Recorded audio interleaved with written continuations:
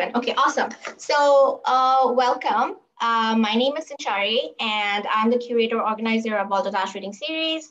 I would like to do a land acknowledgement. So since traditionally Balderdash in the past has been held on the Laurier Waterloo campus, the land acknowledgement reflects the land that Wilfrid Laurier University stands on. So I would like to acknowledge that we're on the Haldimand Tract, traditional territory of the neutral Anishinaabe and Haudenosaunee people. As settlers on this land, we must recognize the ways that we benefit from continued forms of colonization, which has for centuries made violent efforts to dispossess Indigenous nations of their lands and cultures. Let us learn and remember their stories of courageous resistance. Let us learn to act in solidarity with those who have struggled and those who continue to struggle to retain their ways of life and protect these lands in the face of ongoing colonial violence. And obviously, when you think about this, you want to also think about the relationship that Black people have, that refugees have, and migrants have as well in Canada to the Canadian nation state. It would be amiss if I wasn't to mention the Black Lives Matter movement that has taken on a more global attention in the past year or so. We strive for respectful relationships with all the peoples of this land as we search for collective healing and true reconciliation. We start today by paying our respects to ancestors and elders, past and present, as well as to ancestors of those who are present in this room, well, here in the space, wherever we are with us today. So I would like to give a quick shout out to our sponsors, who are the Laurier Library and the English and Film Studies Department at Laurier, without whom we would not be able to have this event today. They're sponsoring the readers' fees for this event. I don't know how many of you know, but this event was supposed to happen last March. So I'm extremely grateful that I was able to have this event this year, even though it is in this online format. I also want to thank the New Quarterly for their continued support from the beginning of Balderdash's time, which is like almost 4 years ago now, a little more than 4 years. I especially want to thank Emily Bednars for organizing the technical details of this event. I want to thank the circulations assistant, Amy Suresh, for the graphic design of all the posters and banners. And I want to thank the editor, Pamela Malloy, for her continued support and guidance, like I mentioned from the beginning. So today our event features 5 readers, and we will have a Q&A at the end. So keep your questions to yourselves. You can share them in the chat. They will be collected and posted again at the end when we will take on the Q&A. At this time, I want to call upon Pamela to talk a bit about the New Quarterly and to introduce our first reader. Thank you, Sanchari. Yeah, I'm really excited about having been Balderdash tonight, just a year late, the year since our last in-person event. I'm the editor of the New Quarterly, as Sanchari said, and we've been partnering with her on Balderdash for 4 years now. It's hard to believe it's that long. The New Quarterly is based at St. Jerome's, and we publish fiction, nonfiction, and poetry. And we also have contests. We have a fiction contest, a poetry contest, and an essay contest. And we are just coming up with our deadline for our Edna Stabler personal essay contest, so you can check that out. And then in May, we have the Peter Hinchcliffe contest. And this is our latest issue, if you haven't seen it on the shelf. And speaking of contests, my job here tonight is to introduce you to our first reader, who is Andrea Mozarowski. And we came across Andrea's work because she was a runner-up for our fiction contest, the Peter Hinchcliffe fiction contest, about 1.5 years ago. We published her stories Amphibios as the runner-up, and we saw someone whose writing was very dark, intricate, with great authenticity, and characters that were fully developed and complex in that work that we published. And I'm really delighted to hear her read from new work tonight. Andrea's, I'll just read the bio that she's given us. Andrea Mozarowski's fiction and memoir writing explores revolutionary spaces of survival for those who experienced war on the Eastern Front and their children born during the Cold War. Reaching beyond polarities of love and hatred, liberator and jailer, she inquires, how can love begin again? She represents Canada and volunteers in an advisory capacity to A Room of Her Own Foundation, whose purpose it is to sustain an inclusive circle where creative women worldwide might find a point of entry and steady sources of support and inspiration for their practice. She has been published in the New Quarterly and Arrow's Digital Waves, and she is currently working on a full-length manuscript. So Andrea, if you could come on screen, we'd love to hear you read. Thank you, Pamela. Years ago, during a dark time when I lost my points of reference, I held on by keeping my pen moving. I wrote with fury about dislocation. One night, the words, "Give me back my symbol," hailed from out of the darkness. Who did this voice belong to? Me, ancestors, the unborn, the never to be born? Tonight, I'm reading a work titled Axis Mundi, but it could just as easily be titled, Give Me Back My Symbol. This telling includes a cluster of language from celebrated poets. The photograph of Nadia and Victor at Brighton, circa 1953, with the West Pier Pavilion in the background, is underexposed. Even so, the rooftop and cupolas gleam and reflect sunlight. Its flags flap in a strong breeze. Nadia wears a polka dot one-piece swimsuit. Victor, about 2 years old, is in his trunks. 3 girls stand at the shoreline testing the water and look out to sea. One of them stands on one leg, foot resting on her calf, a long-legged bird. The tide is low. The darkness of the exposure creates a masking effect of Nadia and Victor's faces. Perhaps our father, Oleksiy, has been fiddling with the f-stop, but I can still make out that she is smiling. Little Victor does not want his picture taken. He is pulling his hand out of his mother's hand, though she grips it tightly. His tiny eyes and mouth make an expression of gravity. Perhaps he doesn't understand that the man behind the camera is still his father. Perhaps he sees the foreign thing as having the legs of a man. In another photo taken earlier that year, during wintertime, a chubbier Victor is on the pavement outside of the flat on Pembridge Gardens, I presume. Nadia has dressed him in a pom-pom hat tied beneath his chin, a full-length woolen overcoat, boots with buckles on the side, and a long scarf also tied beneath his chin and falling the length of his coat. Father has taken the photo from a low vantage point. Little Victor is making a big stride toward him. His eyes are lit and his lips are parted and smiling. When I was younger, I might have thought, lucky Icarus, look at what your father made for you and taught you, how he lifted you skyward. Too young to understand that there is more to life than genius and being good at things. Too young to understand how genius can unmake you. I watched my eldest brother from a distance, building and erecting radio antennas, sending and receiving Morse code. All of it beginning, I was told, with father teaching him how to make his first radio. And later, during the Star Wars era, creating circuitry at Lytton for missile guiding systems. And listened to him play Zigeunerweisen on violin, his virtuosity beginning, I was told, with the secondhand piano father found for him in post-war London when Vic was 5. But all this cunning couldn't save Vic from the onset of ALS, designing his final lightweight antenna, erecting it in the green back campus fields behind Hart House, neurons dancing and degenerating. Significance and insignificance, signifier and signified, polarities, earth, sky, cannot meet in the middle and have no volition. Remembering my brother, pasting those sticky wings on, skating on a pond at the edge of the wood, a boy falling out of the sky, the forsaken cry, his agony unnoticed. We symbolically repeat the act of creation.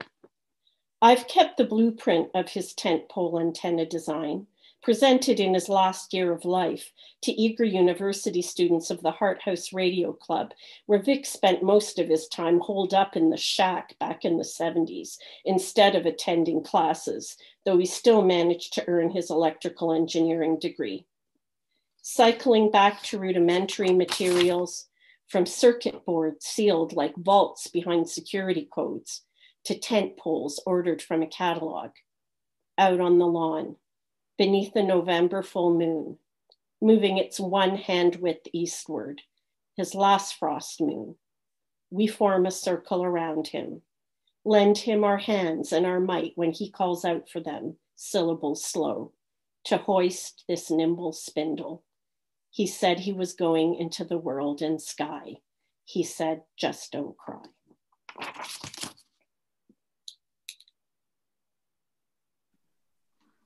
Thank you, Andrea.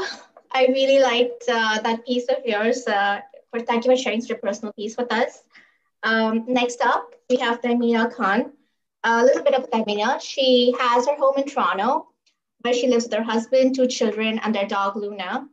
Mavenzi House published her collection of short stories, Things She Could Never Have, in the fall of 2017, a collection I highly recommend. And she's currently working on retelling 7 stories from 1001 Arabian Nights. Her writing has appeared in The Blue Minaret, She Does the City, and The Thames Review. Please help me in welcoming Tehmina. Hi, everybody. So I'm going to read to you from the manuscript I'm currently working on. This one, so I'm working on 2 manuscripts. This one is a fictionalized account of my maternal grandmother's life.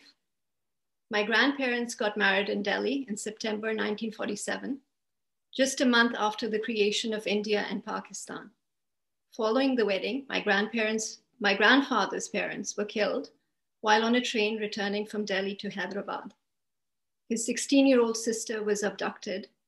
His younger brothers survived with a few missing fingers by hiding under the bodies of their parents. My grandparents spent the first year following their marriage in Hyderabad looking for my grandfather's missing sister. The story is told in first person, my maternal grandmother's perspective. The 3 pages I will read to you are from what will probably end up being the midsection of the book, if I manage to complete it.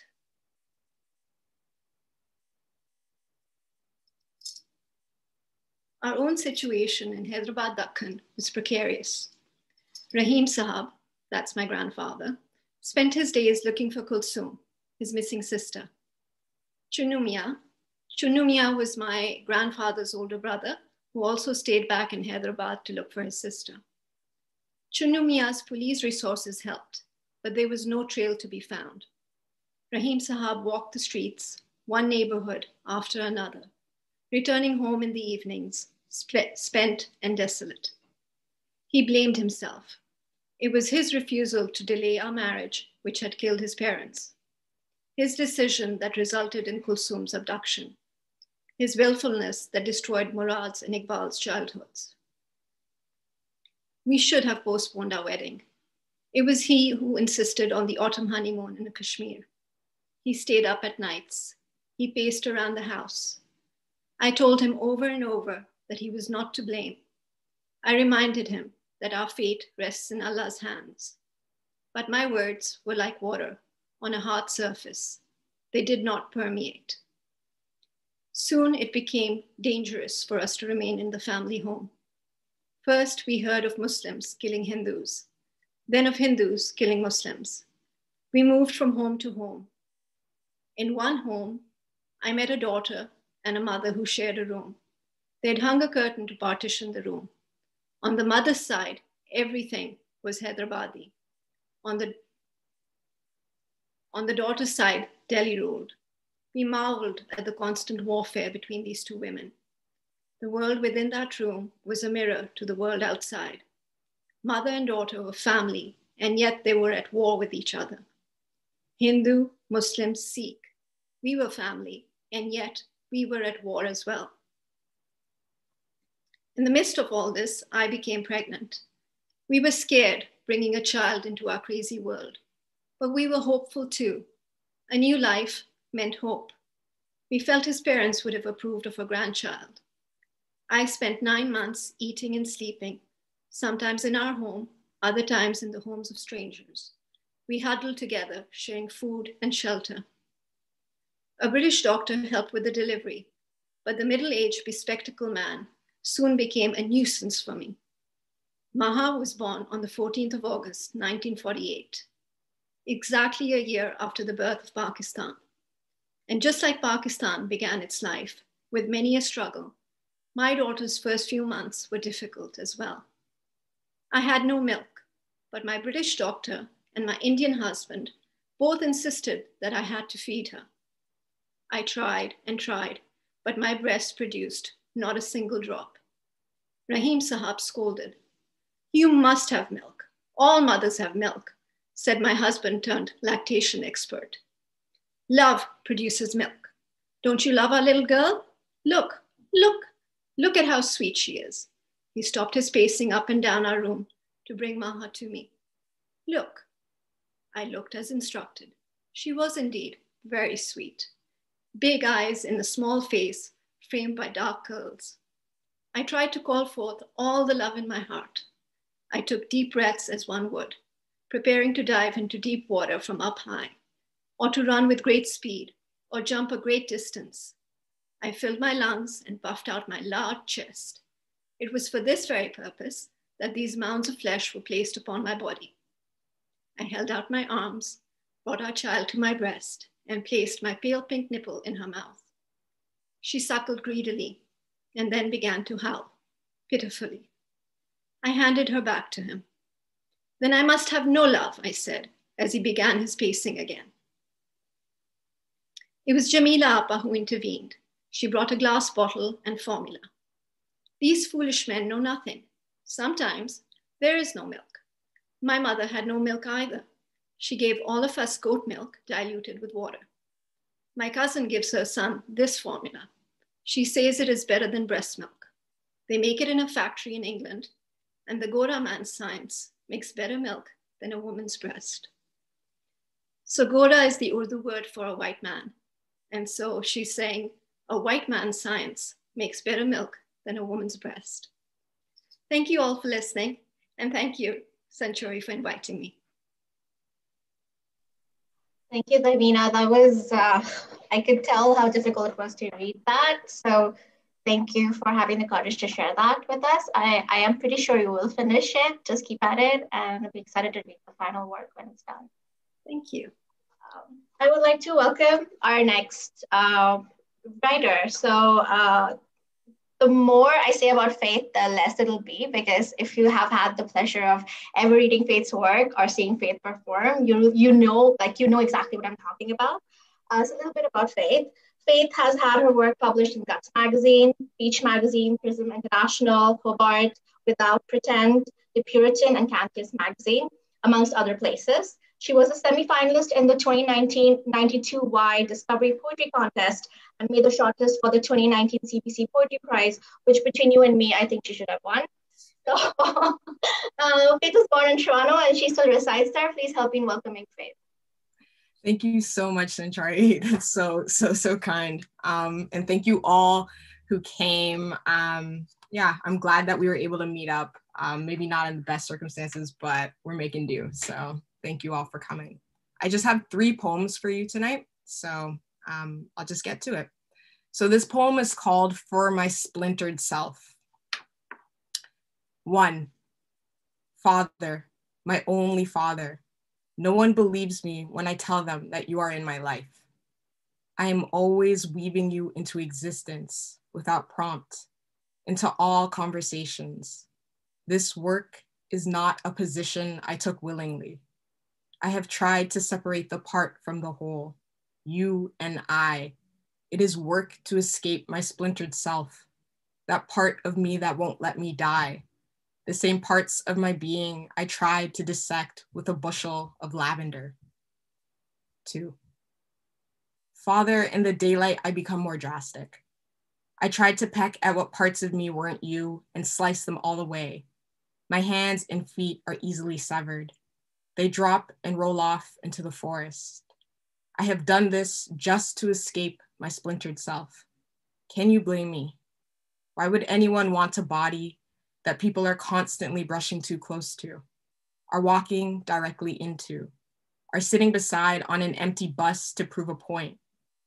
Who wants a body that has to keep making a point? Who wants a body that has to prove itself? 3. Father, the last time I tried to leave this body, I took on the life of a small bird.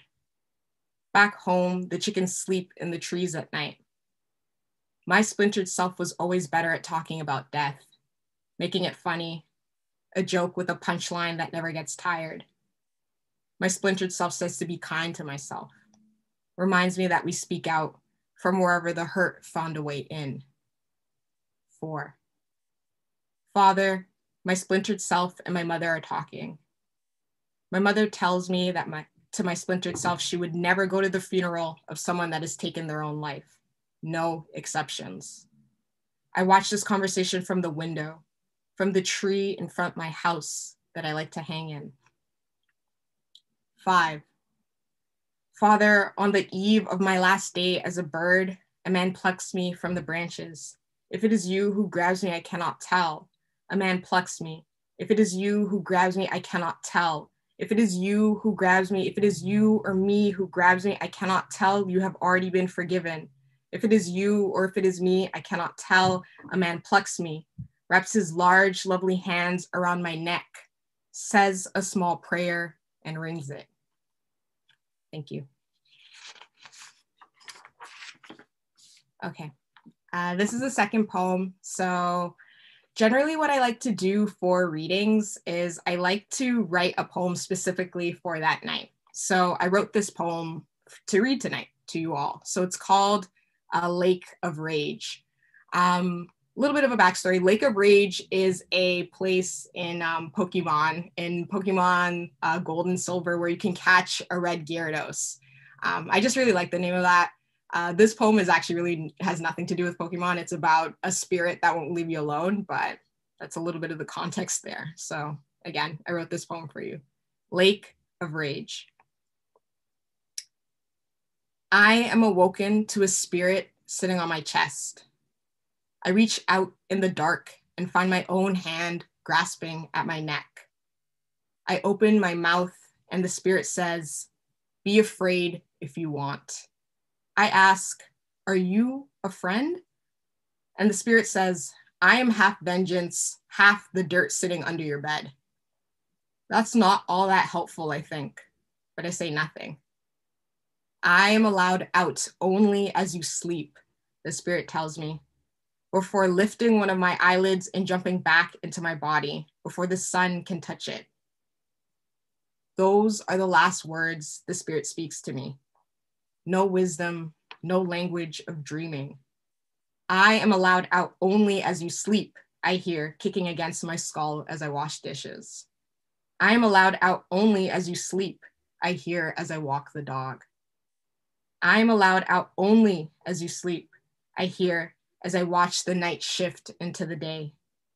My own mistake to expect all spirits tied to me to be looking out for me. The spirit's vengeance becomes mine. It defends me from nothing. It warns me of nothing. It twists the knife around me, barely missing each time. It knows how to gut a fish, how to chop the head clean off, how to cut off fingertips and hooves. This is the knowledge the spirit leaves me with. I cannot cope with its fury. I am a Black woman, so my exorcisms are daily. My baptisms are in hot water and fire. I scream on the floor daily, claw at my face, thrash my hands against the bed, and still nothing leaves. Are you a friend? I ask again one evening as I thrash my hands against the bed once more. Silence eats away at me. Life eats away at me. The cosmos are eating away at me, and yet the body remains. All living is a struggle that moves through the earth like rainwater, and this spirit flows through me. Blood becomes water and water becomes air, but the rage continues eternal, dissolves into nothing. I am surrounded by water today, but in the center, I am always red. The afterlife sways above me like a cloud I can reach out and touch, with its own small city of ghosts and family. It's no solace to see your own undoing. Where your spirits reside is not always a happy place. They rage on and I feel it. It has nowhere else to go but into me. Thank you. Okay, and this is the final poem that I'll read for you all. So again, thank you so much, and thank you all for listening. This poem is called Elegy for the Drunken Voice.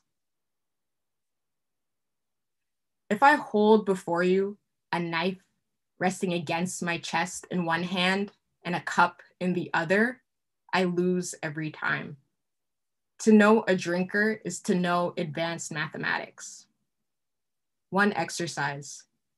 Taking into consideration trajectory and pitch, at what moment does the sour haze of a breath intersect with my shadow, hiding from your heaviness?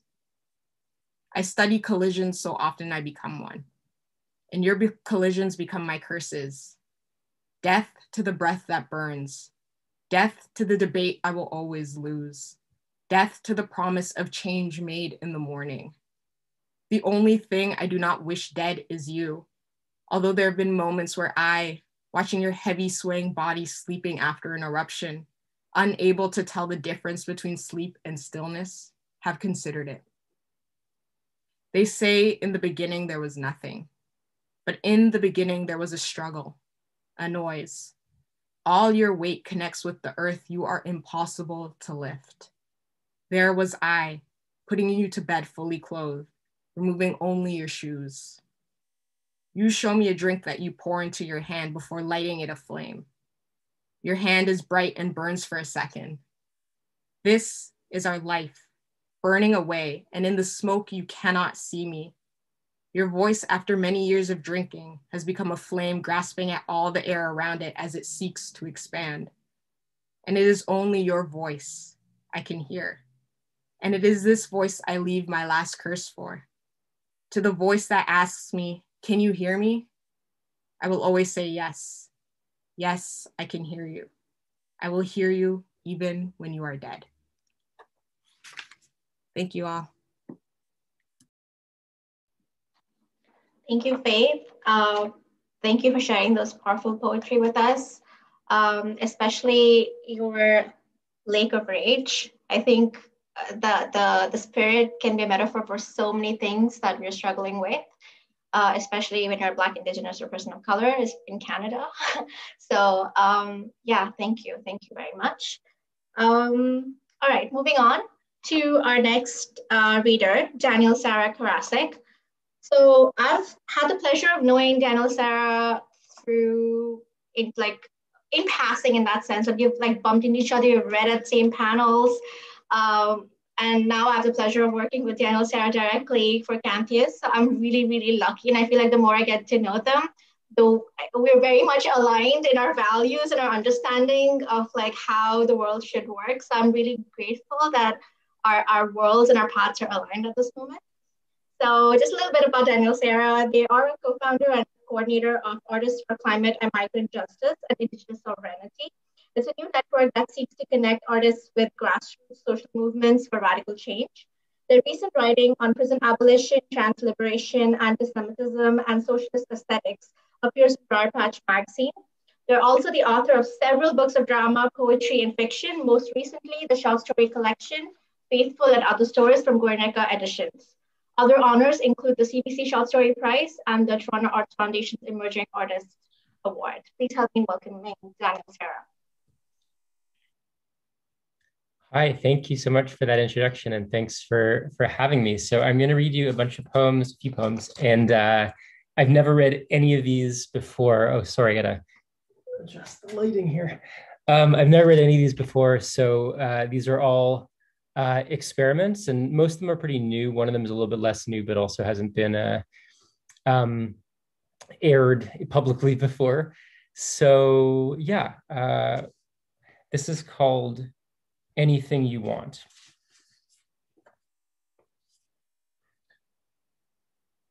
Sometimes I feel like, whatever, I don't need to be trans. I just want to be, oh my gosh. I'm so sorry, my phone rang. Anything you want. Sometimes I feel like, whatever, I don't need to be trans. I just want to be loved. I'll be anything you want me to. The odd thing is this thought consistently makes me feel more trans than ever. Transness as a condition of, I just want to be loved, I'll be anything you want me to, encountering again and again an internal limit. The conclusions drawn from that experience, the steps taken.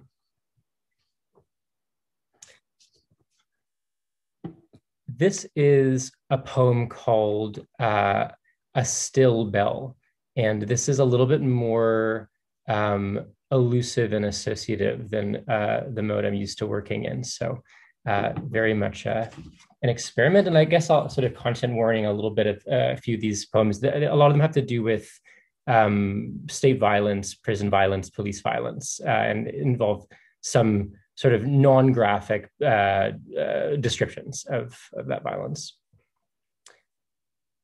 Relatively non-graphic. A Still Bell.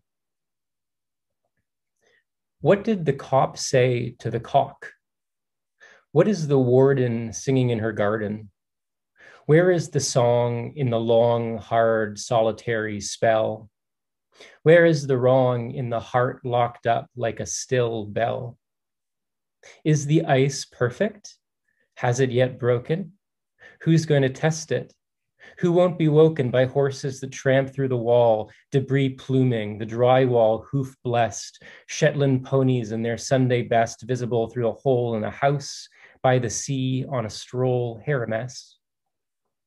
10 of them dead in their cells from the virus, thousands now dead, without soap, just a secret iPhone to tweet desperately, let the world know. In our dungeons, the dragons are dispossessed whiteness's sadistic cousins, some secret admirers of the Third Reich's ovens who bludgeon and call it a lesson deserved. Third wave past that sea foam's a whale, you can see it if you look quite closely. If you hold me closely, I'll tell you about it, and how the cock popped off the lock and sang to its darling, voice like a still bell, at home in the ice-coated garden. This is called Lines.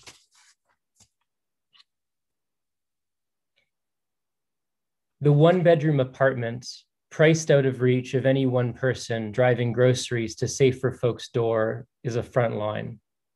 And the wake of a fishing boat hauling lobsters in defiance of white settlers' rage is a front line. And the burnt tires at a construction site on stolen land is a front line. And the warehouse floor, the app courier's full bladder and no open toilet, the teacher's staff room table piled with masks inadequate to block a plague, the maps that don't detail where the crown has no title, where it squats obscenely, soiling rivers, crowding Wet'suwet'en and healing lodges built in dignified defiance, lines upon lines. Front after front and another front opens. To sit in a room and write lines that are merely descriptive feels barren. Prescription presumptuous. The mode of these lines is then wish. Breath urging the wind to lift lines where the struggle unfolds into prismatic genome, arcane origami, its vertices bending into something shaped like a horse, large enough to hold armies of wronged, undefeated despair become force. And undefeated despair is the writer John Berger's phrase for Palestinian resistance to Israel's military occupation. And on that note, this is a poem called Among Other White Jews. The blue refuge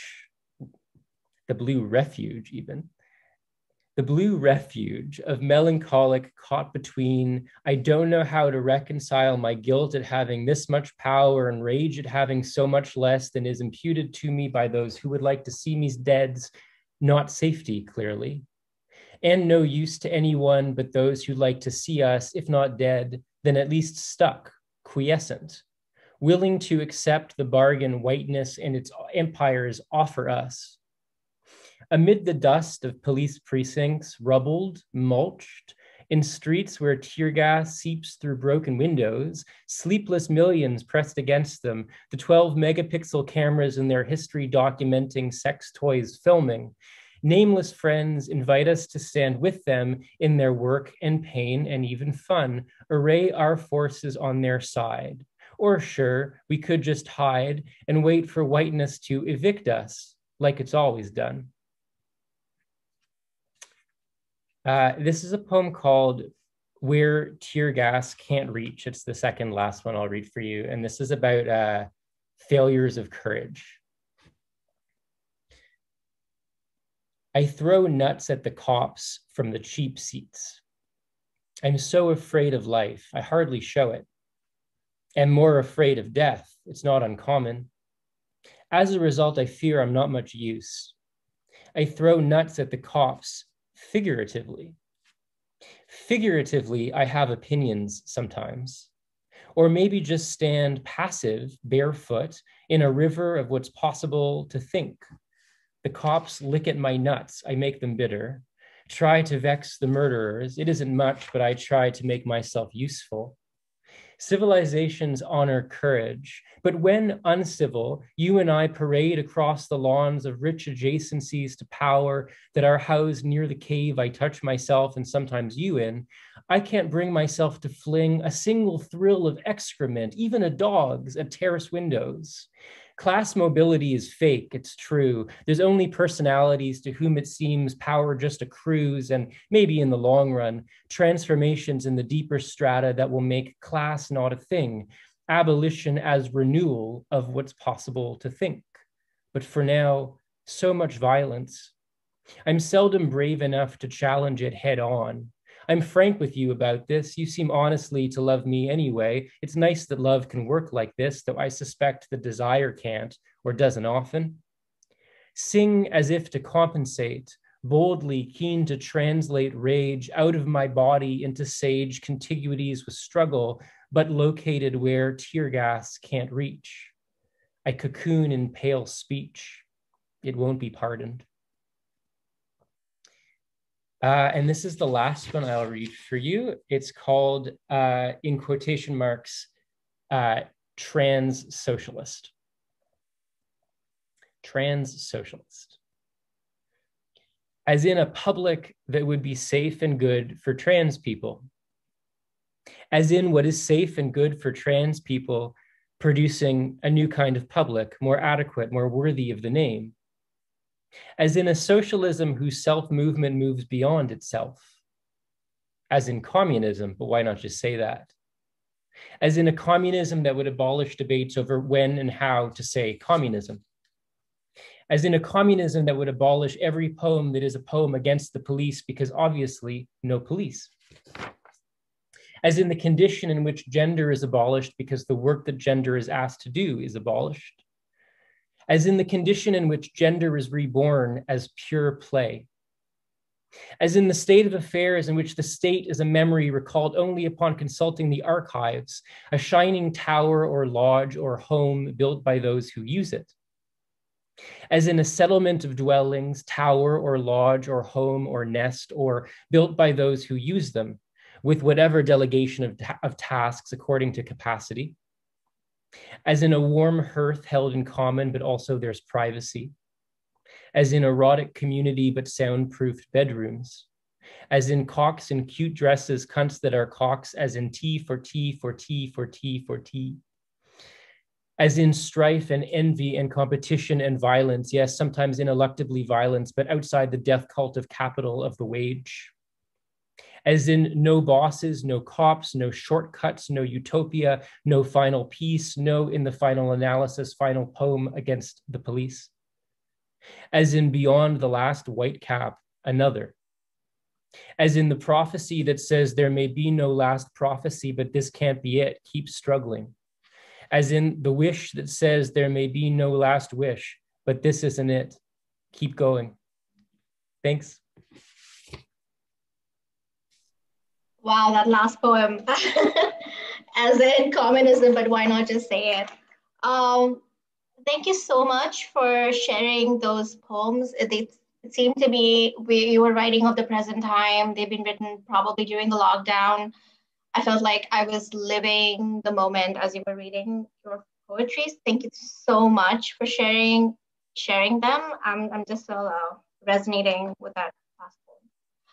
Okay, all right. So our next writer is Yolanda Bonnell. So like Yolanda mentioned when they joined this call, that we haven't met each other in person, but I have known their work and the controversy surrounding it over the past year. And the past year, yeah, it is a very long year. So I feel like I know Yolanda for a very, very long time. A little bit about Yolanda. So they are a queer two-spirit Ojibwe South Asian performer, playwright and poet from Fort William First Nation in Thunder Bay, Ontario. Now based in Takaranto and a graduate of Humber College's Theatre Performance Program, Yolanda was named one of Now Magazine's Theatre Discoveries and one of the most exciting artists to watch in Summer Works of 2016. Her solo show, Bug, and I do recommend that you look up the play. It's available in a book form now, had its world premiere at the Luminata Festival in 2018, and it was followed by a national tour and was a part of the 2020 season at Theatre Passe Morayo. Please help me in welcoming Yolanda Bonnell. Ani, everyone, miigwech for having me today.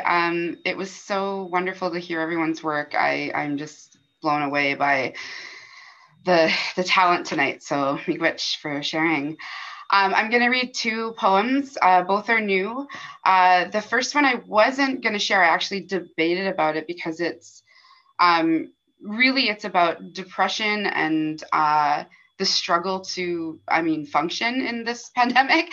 And I wasn't sure if that was the direction I wanted to go in. But then I thought, it's good to have, I think, to show both sides of our realities. And so this shorter one is called I'm Sorry I Didn't Reply. I'm sorry I didn't reply. I was trying to breathe. I was trying to fill my lungs and fill my lungs and fill my lungs and move a finger or my legs. I'm sorry I didn't reply. I was working, still, because even though we see it, we still feed it. I'm sorry I didn't reply. I was feeding it, not me. I'm avoiding, I'm ignoring, I'm forgetting, I'll get back to you latering. I'm leaving you on red. I'm a terrible friend. No, I'm trying to survive, aiming to thrive. I'm sorry. I didn't reply. There's too much space, so much space out on that highway, and everyone's driving in circles, war on all sides. I'm sorry I didn't reply. I was driving in circles, drifting, drafting, emails, words on a screen, words I don't recognize, words that mean nothing. No, they're important. I'm important. Feed it. I'm sorry I didn't reply. I was rubbing my eyes out, not out, in. I was scrubbing my eyes. They're much too dry. They've been open too long, seen too much screen time, too much reflected back, smiles and waves, and they're receding, those waves of creative energy. They like to wash over me and then leave. I'm sorry I didn't reply. I was trying to run out past the break line. I had just enough to create this. And even though I have so much more to say, I'm sorry. I'm sorry I didn't reply. I was doing this instead. So that was that one. I feel like many people can relate to that. So miigwech for that. So this next one is, it's called Khan, which means, in Anishinaabe means to set it on fire or to ignite. And, when we think about the future, I think there's often a sense of dread or like apocalyptic kind of fear. And many of us are already sort of living in the aftermath of an apocalypse. Like, this is our reality. And so I want to imagine a future with hope. I want to think about what is the absolute best future we could imagine for ourselves. That's what I want to project, even if it feels impossible, because like I'm a realist, I am, but I'm also a dreamer and a creator and a manifester. And so this piece sort of takes place in some distant, maybe near future where the hardest of our battles have been fought. And all of us are long gone, but our generations are thriving. And I've been thinking a lot about how ancestors are very present right now. I think they've sort of over time been feeling what's been happening and just surrounding us. And I think it's only going to get stronger as the more we fight and the more we put ourselves out there. And I think in this potential future, they've all gone to rest, you know, they've been able to like put themselves to bed because we may not need them. And so, you know, they're still there, but not the way they are now. And so that's where this sort of piece takes place. It's not finished, it's something I'm still working on, but this is just a bit of what I've been working on. I gotta close my eyes for a minute. Just let me close my eyes a minute. I can hear my grandma telling me to go to bed because I'm falling asleep on the couch again, but I'm not falling asleep. I'm waking up. Her voice is from a past so long ago, it echoes back beyond generations of ancestors who fought wars so we could be here now. Wars so we could be here now. So be here now. See, I'm looking at that memory. That memory doesn't belong to me. I'm bouncing back, skipping backwards through time, going back so I can see ahead. I'm trying to see forward because I can't see the here and now. I need another perspective. I need to jump into the brain of a past version of me, an ancestral version of me, my mother's mother's mom or my great-great auntie. I need to see the future through their eyes. What did they hope to see? Is this what they envisioned, this world, their fantasy? Did we do right by you? Answer me. I'm here to tell you that leadership is lonely. I learned that from the faces of the leaders that I meet. I see it in our elders who were babies born on the streets. How do I know if I'm the right one to lead? I was raised in the knowing that my power is strong, but how can I do this alone? And I read all the scrolls, you know, the texts, the words of our grandparents, our long, long, long distant relatives. And you documented them. They live in between books and bodies. Is that because they were there for you? They showed up in your hours of need. They held you when you wailed about your dying planet. They presenced themselves alongside you on your battlefields, out on the streets, taking back our rights, giving us back our freedoms, one piece of land at a time. They were there. They were there. All those spirits, those wild, overwhelming energies. You existed in twisted times and always led the way. And now, where are you? I just got to close my eyes a minute. Let me close my eyes a minute. No, Grandma. I was just resting them. See? I can rest well. I can sleep easy. I can tell my baby about the time before the TP, about the great apocalypse that lasted hundreds of years. The time where our ancestral tongues were removed and our ceremonies buried, where sickness ravaged our lands and bodies, the time where they separated the land from our bodies, the time of extraction, extinction, extinguishment. They dug us up from the land and encased us in glass. And these are just stories. See, these are now myths, because as if we could be torn down, dug up, encased, and silenced, as if our power isn't strong enough to blow through the white men like the Chinooks blow through the free, open landscapes that we now protect, as if the buffalo didn't come thundering back into the valleys. This is the power you've imbued us with, inspiring that eighth fire to be lit. We are the children of your most wildest dreams, and you were the ones who planted our seeds. The growth is returning at a quickening pace. The land is healing. It feels like the last gasp of a giant wound closing, that first bit of scar tissue forming. We've stitched ourselves back together and you've gone back. Is that it? Do you need me to tell you all of this from where I am, cousin? Do you need to hear that we've taken it all back? That our solid, sovereign hearts beat so loud now that the drum has returned? Do you remember what it sounds like in the lodge? Did they ever tell you what it sounded like in the lodge? Because I want to send this deep beat back to you through time. I want you to hear it and know. I want you to hear it and have hope. I want you to hear it and presence yourself to me. The wake was long, Auntie. The wake was long, and I know you're tired, and I know you're behind me and inside of me and a part of me. And I want you to rest the way I can rest now, but I need to know if there's much further to go. Is it enough to know that we've stopped the roads and that the pipeline scars are beginning to close, that the water is clean and clear when it flows? The matriarchs know. our bundles are lighter. We don't have to carry such a heavy load. There's red all around us, and not from the blood of our fallen siblings, but from the shine on our skin and the land in our hearts. We've taken it back from the handprints and dresses, from the long-term effects of colonial messes. That sacred tobacco-filled color led the way down the road that kept us connected to each other, kept us reaching for each other, cousin to sibling to sister to brother. Oshke mishko minawe nagamo and gijiwe wadam, madwe gijiwe wadam, and we when anashnabemo and ajin iji binjadun, eya, bizindam, noden, gijagin nokumis, gijagin ninsikos.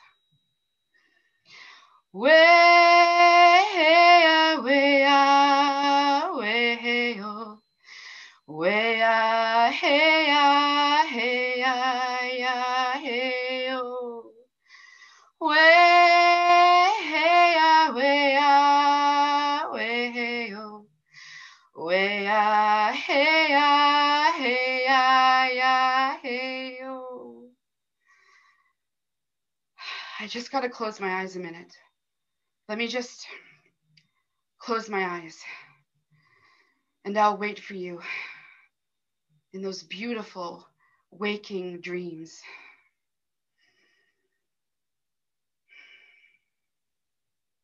Miigwech.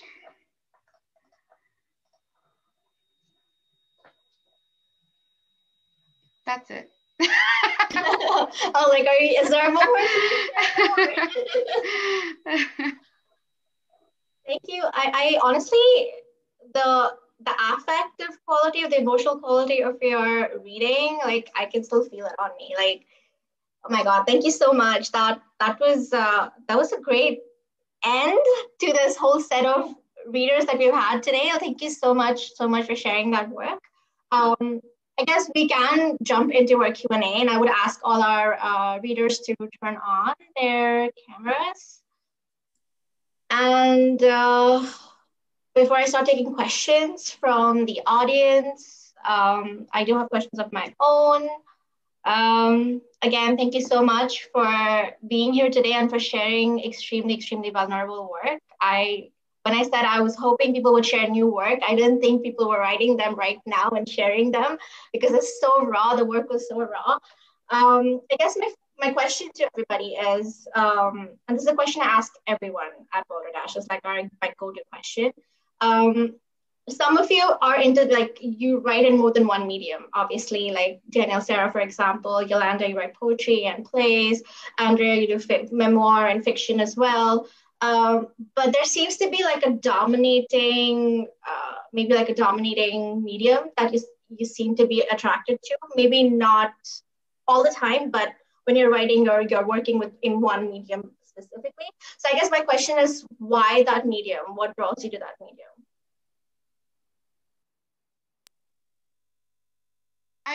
I'll say that, like, I'm particularly drawn to poetry and metaphor, and I find that for me it expresses the emotion of what I'm trying to say, as opposed to just saying it. I particularly with witnesses, it's a beautiful thing when someone can hear something and find their own sort of relation to it, or their own access point, where they can hear something and it stirs up an emotion in them that's different from what I intended, but it still provides them some sort of understanding or some kind of emotional response. And so I really I feel like I love poetry because the way that it feels in my mouth, and just the sort of descriptive quality of it. And really, like, when I think about my traditional language, which I don't know, but I'm learning, it's a descriptive language. It's really about describing what's happening. Every word is more of a description than it is anything else. And so I think that there's some kind of ancestral sort of link there, that I'm drawn to poetic words and descriptive words, and that there's sort of like a link to my traditional tongue.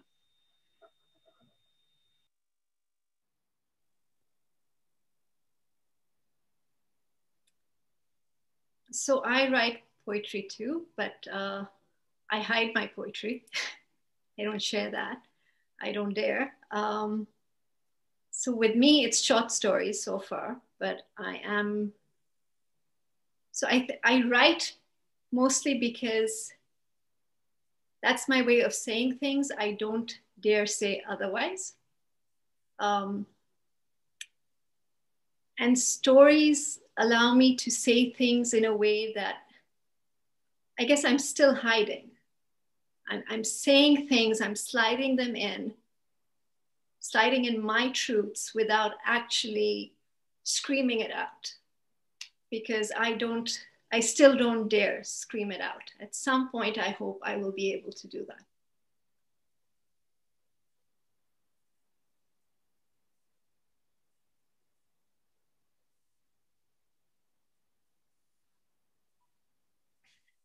Okay. It's an interesting question. And I could probably use up the rest of our time, so I won't. The lyric line is really strong in my writing, no matter what it works its way into. And many, many years when I met Betsy Warland, she talked to me about how to plant the lyric line. So I think it's something I have my body in and my eye on. Fiction, in terms of what I've been working on over a very long period of time, fiction holds the place for which there is no memory. My lineage, as for so many of us, is broken. And so in telling the story, I don't have the spoken word. I don't have the stories passed down. I have very little I'm working with, actually, in terms of inherited material, though I have the inherited material in my body, in my cells, and that is very strong. So that and then bringing my voice into this work has been a long journey. I fought it. I felt that I had to exalt the people who'd suffered so much more than I've suffered. But then in the end, I couldn't tell the story without my voice. So that is how the memoir writing has come about.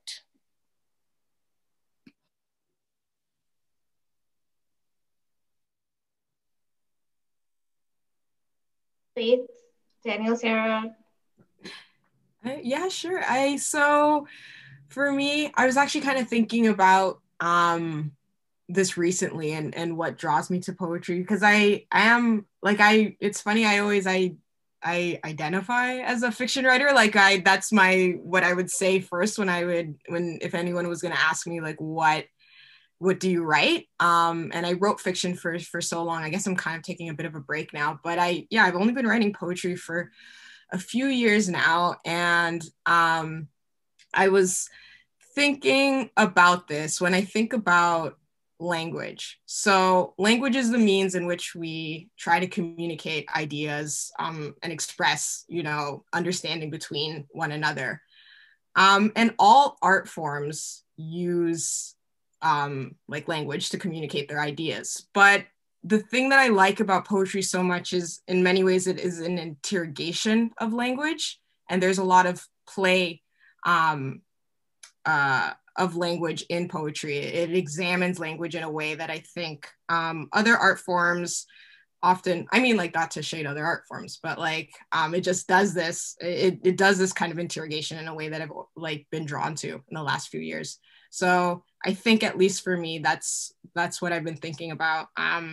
As a person that often, as many writers are struggle to communicate basic ideas to people, it is always nice to kind of be able to like not hide in a way in art, but at least kind of, I don't know, interrogate things that you might not be able to do so easily in your day-to-day life. So I think that's like at least what poetry is doing for me right now. Yeah, I'm also drawn to this idea of literary forms as places of sort of interrogation or investigation. I think that I don't know. I feel like when I'm writing in, so-called non-literary ways, I feel like I'm beholden to making an argument. And even though I can sort of qualify or nuance that argument in whatever ways, I feel like there is still a sort of linearity to that that like imposes itself formally or something. Whereas like, I was just thinking, I actually hadn't thought of it in quite these terms before, but I was just thinking in response to what Faith was saying, that for me, there's like, even though this isn't like a direct response to what you were saying, Faith, but to me, there's something like if the essay or the analytical sort of, active writing is like, sort of kind of converges on argument or whatever, then the literary can be like the asterisk, like the sort of, well, but okay, but, or the hesitation or the ambivalence or it can hold those ambivalences in a way that, like, I don't know. I think it's to what Tehmina was saying about like, sort of, I think it was you were saying that, right? About not daring to speak ask certain questions or speak certain truths.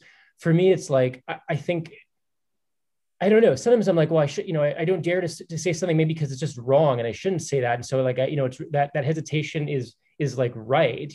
But then it's also like, for me, it's like valuable to have a space to sort of unpack the question and without necessarily concluding and without the failure to conclude becoming a kind of moral fault or something, do you know what I mean? Like, I don't know if I'm being totally clear about this, but like, there's just something useful for me about the kind of dialogical or dialectical or sort of open question, being able to be sort of held like in, I think, especially in like drama and fiction for me, but poetry too. I don't know. And at the same time, like when I said it, like, on the other hand, I feel like those forms can lend such beauty and force to when you do know what you believe and when you do have an argument to make, and I don't think you have to sit in that doubt necessarily if there's something that is true and you want to say it, so I think that literary forms can sort of, give resources to the things you do believe already, and that you want to assert. So I don't know. I think there's like a very kind of contradictory, complicated thing for me happening there, but those are some of my thoughts. I find it interesting that there seems to be like two sides to this answer. There's those who believe that there's like Yolanda said, there's this ancestral connection almost. And I believe that may be true for all of you in some sense or the other, because of the work that you've read, it seems that you're trying to connect to something else outside of yourself. At the same time, I really like the discussion that Faith and Daniel Sarah talked about using language and literary forms in a way to interrogate things. Because I think with writing, we are all trying to figure out things about ourselves too, I guess, in some way, and the way we exist in this world. So yeah, that was great. Okay, so there's a question in our chat, which is a question I actually already had as well. So Pamela basically asked, how are you writing during the pandemic? And I feel like all the work that you shared today were written during the lockdown. At least I got that feeling, whether it's depression, whether it's the political situation outside, whether it's land back, whether it's just the way we're coping and existing right now. How are you inspired to create, or what are you reaching for when you're creating, I guess?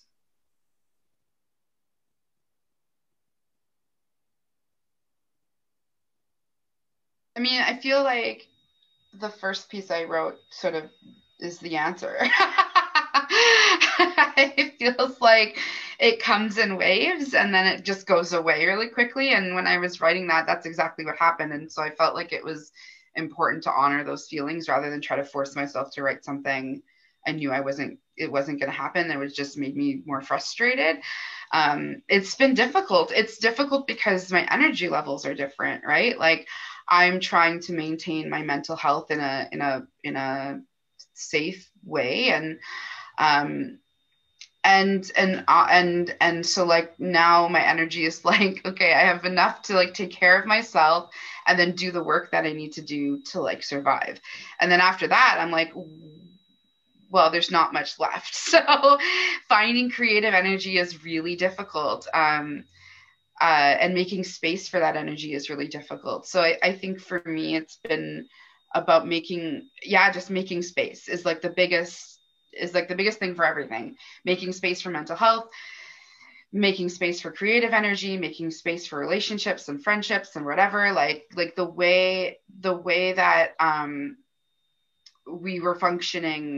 we've been functioning up until now has been not safe. And I guess I can just speak for myself, but I'm pretty sure as artists, we all know that like there's a way that we live our lives and it's not sustainable.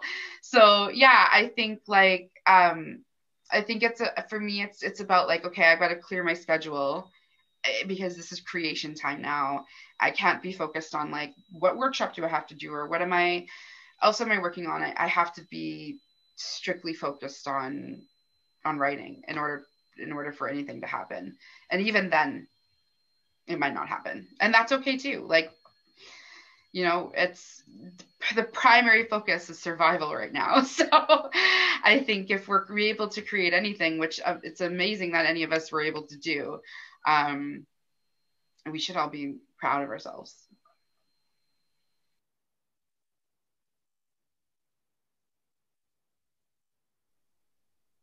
I feel like Yolanda's first poem also captured a lot of my experience of trying to do anything during the pandemic. I think it's a great poem, or at least one that I really connect with. I think for what it's worth, like when I was looking for newer work to read, I was like, oh, it's kind of slim pickings. Like I haven't, I haven't been like so prolific in this period. Like I was quickly going back to like work that I wrote, like a year and a half ago or whatever, to find like the last period of like really dense, like or sort of intensive poetry writing. So I think I also personally don't want to overstate like how productive, like being able to be in this period. I just said to a friend who's an editor the other day, who's also dealing with like pandemic brain, in her words, I said, I either have like hyper focus or I have no focus, and it's like trying to like capitalize, or some other word, make the most of like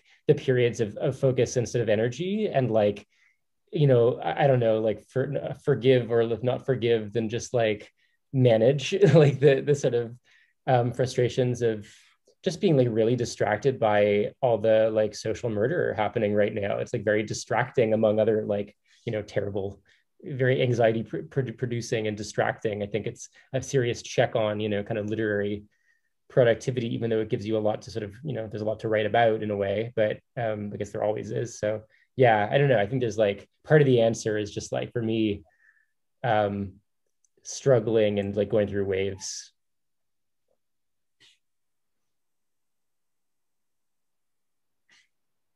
Yeah, I would say, I think, my writing experience, or at least through the pandemic, has been, I like the word hyper focus, or like no focus at all. It's been really like one or the other. That's why at least like, I've been trying to, over the last, I guess, year now, just tell myself like, okay, I am going to write right now. Like I am going to make like a ritual of writing right now. I'm going to put it into my schedule, especially, and I feel like times like this where it can be so easy to just like not have a schedule. And if you don't want to have a schedule, that's totally fine, because I mean, there's so many things happening right now.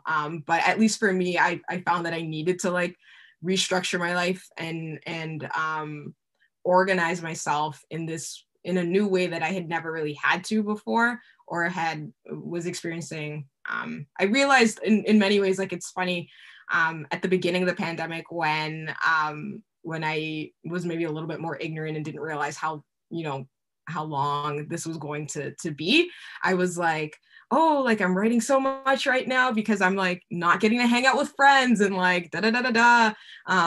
That's kind of nice. And then it immediately was not nice, you know, as I realized like, no, this is going to be sustained and this is awful and I miss my friends and now I don't want to write at all. So it's, again, like it's been waves.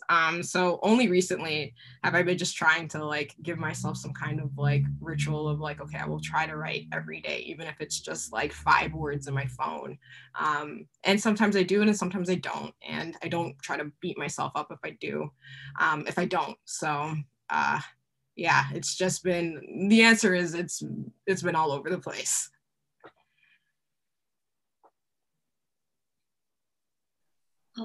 So with me, the year was kind of very strange. So last March, beginning of March, I fell really sick and I probably had COVID, but nobody would test me back then. And I spent a couple of months being very, very sick, mentally and physically. And so for me, before that, so both my manuscripts, I had been working on them way before that. And I used to have a writing routine, you know, like a couple of solid hours every single day. And I was, I guess, very determined. But falling that sick and spending months lying in bed, I think the year has taught me to be kind to myself. So it's okay. It's great to write. And it's great to have a routine. And it's great to force yourself to sit down and, you know, I'm going to do a couple of solid hours of writing every single day. But it's okay not to. It's fine. Building on what you said, Tehmina, one of the hardest things for me to learn and working with the material I've been working with is to get up and to leave, knowing and trusting that I will come back. Having that trust of self, that self-authorization. I used to push myself far too hard. And so what you say really rings true for me as well. At the beginning of the pandemic, I said to myself, I need to write a story in which I honor the light in my lineage. And it turned into this coming of age set in Kirkland Lake with the tribute to this, you know, adult man at that time in my life. And then I just said, well, I'll take however long it takes me to do this. There was no, like, I wasn't pressuring myself. And it turned into a very long story. But that work on the Kirkland Lake piece kind of led me to really inquire of mining, and then led me to ancient practices. And I revisited Mircea Eliade's The Forge and the Crucible, and, you know, dropped down into some really fascinating material for me. And it's that work that led me to his book, The Eternal Return, and that symbolism of Axis Mundi, which was already in the prose poem that I had begun, but not finished.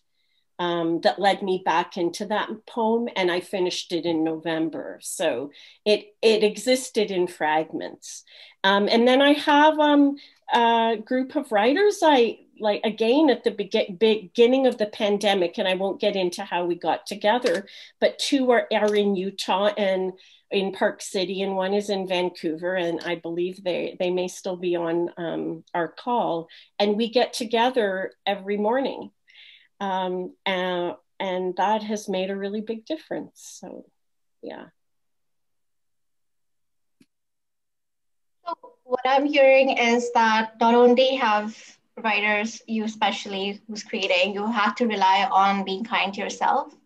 And I think you've also had to rely on the kindness of other people, whether it's other writers or, in my case, editors. Today I was complaining, this is before we even started the program, that I got this really rude email from the cis white male reviews editor because I'm a day late with my book review. Anyway, so yeah, I think kindness is like really important during the pandemic. Like, doesn't take much to be kind. I know sometimes it's hard to be kind to other people, especially when you're in deadlines and stuff. But I mean, yeah, I think that was the biggest lesson of the pandemic. Another question that I've had in the chat is from Dr. Eleanor T, who asks, name one writer or mentor who has inspired your work. And I want to add to that, maybe a writer or mentor who is inspiring you now in this difficult time as well. You can name them as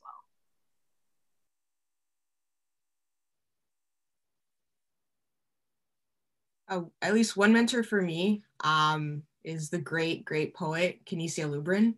I love Kinesia's work. I've been returning to her most recent book, The Disgraphist, like throughout the pandemic. And yeah, and just as a friend, Kinesia has always like looked out for me. I think in many ways she looks out for a lot of Black writers in our community. And so yeah, Kinesia for sure.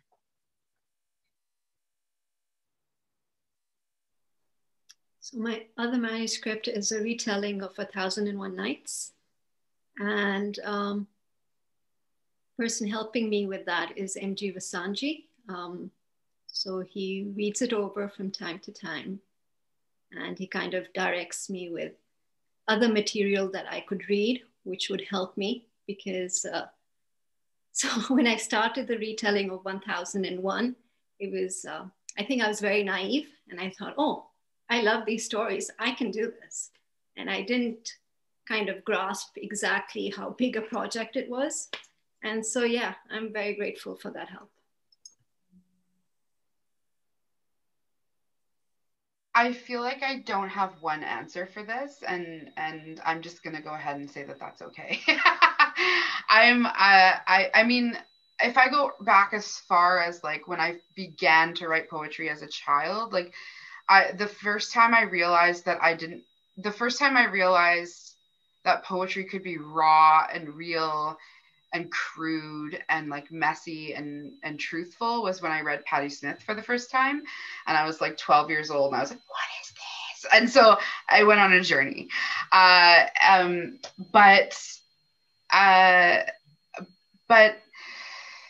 I think like my work now has expanded so much, and I've been really inspired by the Indigenous women and matriarchs like that have made the way so that I can create the work I do now. And so like I think about Monique Mojica and Marie Clements and like Kim Suncliffe Harvey, Lindsay LaChance, like these Indigenous women who do so much work and have helped me sort of focus my lens and just through like being there, or like Lindsay, for instance, does land-based dramaturgy on one of my pieces, and that's just like what she does, one of the many things she does. And so, you know, just it's really helped me sort of focus on the ancestral specifics of my work, and who I want to impact and how I want to impact, and focusing on joy and healing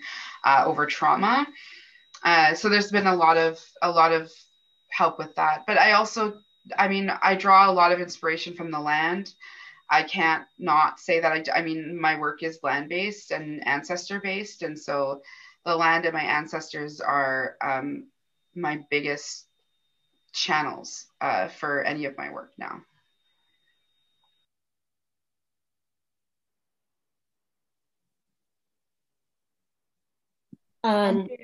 Sure. So I'll focus on the present. Like you said, Yolanda, it's, you know, I can't converge on one right now. So speaking in the present, someone we've been fortunate to encounter through Aroho is the poet Banu Kapil. And I'm really inspired by her work, especially her work with fragments and the wholeness that is in the fragment. And some of you may be familiar with her work, The Vertical Interrogation of Strangers. And one of the questions she asked these people whose work she collected and wove into the work, is who is responsible for the suffering of your mother. And so just working that way with simple and profound questions has really inspired me. And I've gone back and realized, hey, I think I've been answering this question for a long time, or trying to answer this question, this impossible question. So Banu Kapil, and I noticed my friend Donna wrote to us as a listener and honoring us. And I just want to say that something else that we remind ourselves of in Arojo is that our work isn't complete until it is received, and that the listening ear is vital, and that's a mentor too. So.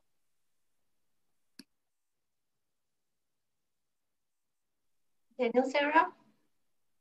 Yeah, sort of again, similar to what Yolanda said, I was going to say, I was thinking about this conversation I had years ago with somebody who was making the argument that against the kind of concept of individual genius, we should sort of counterpose what he said we could call scenius, like the genius of a scene, or the genius of like a sort of a moment. And I mean, whatever critique of sort of a scene in the narrow sense we might have, I feel like so much of my inspiration these days is from this sort of like emergent collective possibility that I'm seeing emerging across this continent and beyond, of writing that is explicitly sort of in solidarity with struggles against capital and the state and empire, and against settler colonialism and against imperialism, and in ways that are not just implied or sort of dealing with the oppressions that are involved with those structures of domination, but that are sort of dealing with the whole package, and really sort of unabashedly, often critiquing institutions. It's like, I mean, just for one example, I feel like for years, Poetry Foundation, the Poetry magazine was like held up as like the sort of iconic like source, like institutional legitimation or whatever, like in poetry land, poetry world or whatever. And without really any like opposition, I mean, I didn't even know that there was like a basis for opposition or whatever, but just to see like so many voices, not just like, doing sort of critique of Poetry Foundation or whatever, like as one institution, but like kind of, engaging with like kind of dismantling those sorts of, or critiquing those sorts of like top down, often very sort of white liberal in their sort of underpinnings, sort of institutional sources of validation, legitimation, whatever. To me, that's super inspiring. Oh my gosh, inspiring. It's a weird slip. To me, that's super inspiring, and a lot of the work around that, I think is really, really exciting. Driven by Tehmina's dog. Yeah, I'm looking in the chat. I was just thinking, as just to like name, one voice there. I was just thinking about there's a writer, a poet working in the Canadian state named Mercedes Ng, who is based out west, I think. And her work is like explicitly prison abolitionist. Her father was in and out of prisons in the state for years. And I mean, she's been doing that work for a while. Like she had a couple books that came out earlier in this decade. I don't know exactly what the dates are, but just discovering this, like these sorts of tendencies, that I didn't really know existed. It's like totally my own, sort of just my own ignorance, but like just to discover, those who are doing, prison abolitionist poetry, like Mercedes and many, many others, I think I find really exciting. And again, I feel like it's a collective sort of movement. It's not, I don't think it's reducible to any one person's inspiration, even though there's a lot of inspiration to be found in the work of individuals and so on. So yeah, that's my feeling. I think that's the perfect ending to our Q&A. We are almost out of time. like, thank you so much again for being here and for sharing your thoughts and your ideas, and I guess in some sense your dreams as well and your inspirations. Thank you for making yourself so vulnerable. I also want to quickly thank the people who have attended, like stayed till the end, and especially Dr. Eleanor T, who is actually the grad coordinator of the English and Film Studies department at Laurier, who's one of our funders for this event. And thank you to obviously the New Quarterly with their unmitigated like support from the beginning to now, to Emily, to Pamela, to Amy. Thank you so very much. I just wanted to say that this may be, and I'm sorry to say this, but this may be the last Balderdash event for now. I don't want to say forever, because I hope to maybe reignite it through other ways. I guess, I don't know how many of you know here, but I'm also the managing editor of Cantius right now. Danielle Sarah Qurasik is one of the editorial board members at the moment. And who knows, maybe we'll have a reading series with Cantius, I don't know. So it may be the end of Balderdash, it may be the beginning of other things, I don't know. But thank you so much for being here for this this final hangout. And I hope to see you in other spaces doing other things. And I guess in person post-pandemic. Just a reminder again to the writers, please send me the information so I can get you paid. And yeah, by 12 noon tomorrow. And have a great evening and rest of your week. Awesome. Thank you. Everyone. Thank you.